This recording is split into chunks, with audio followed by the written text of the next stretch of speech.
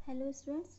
आज मैं आपको हिंदी पाठ्य पुस्तक पाठ 4 जिसका शीर्षक कठपुतली है और इस पाठ के कवि भवानी प्रसाद मिश्र हैं, जिन्होंने इस कविता के माध्यम से उन लोगों के बारे में बताया है जो कोई भी निर्णय जल्दबाजी में ले लेते हैं और अगले ही पल उन्हें समझ में आने लगता है कि कहीं जल्दबाजी में आकर निर्णय गलत तो नहीं कर रहा हूँ, क्योंकि उसके अपने साथ साथ दूसरे लोग भी प्रभावित होने लगते हैं। उसके अपने इस निर्णय से दूसरे लोग भी प्रभावित होने लगते हैं। तो स्टूडेंट्स, आज भवानी प्रसाद जी की इस जो कठपुतली नामक पाठ की जो व्याख्या को समझेंगे। कठपुतली गुस्से से उबली, बोली ये धागे क्यों हैं मेरे पीछे आगे, उन्हें तोड़ दो, मुझे मेरे पाँव पर छोड़ दो।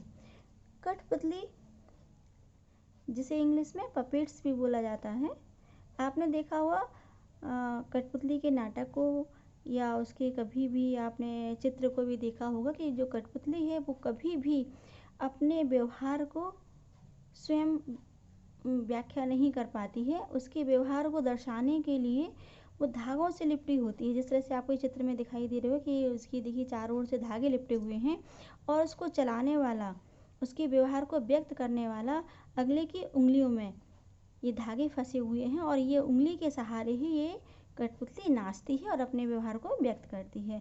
तो ये जो व्यवहार लंबे समय से चला आ रहा है, तो वो थक गई। कठपुतली अपने इस व्यवहार से थक गई कि मैं दूसरों के ऊपर ही डिपेंड हूँ। अब मैं कोई भी वर्क में, कोई भी काम में अपने अनुसार नहीं कर पा रही हूँ।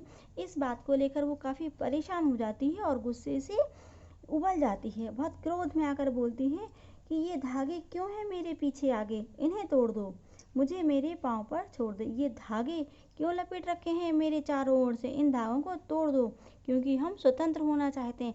अपना प्रत्येक काम मैं खुद करना चाहती हूँ। मैं किसी के ऊपर डिपेंड नहीं रहना चाहती, अर्थात हम किसी के ऊपर आश्रित नहीं रहना चाहते हैं। इसलिए इन धागों को छोड़ दो और मेरे पैरों पर तोड़कर फेंक दो। सुनकर बोली और कठपुतलियाँ कि हाँ, बहुत दिन हुए हमें अपने मन के छंद छुए।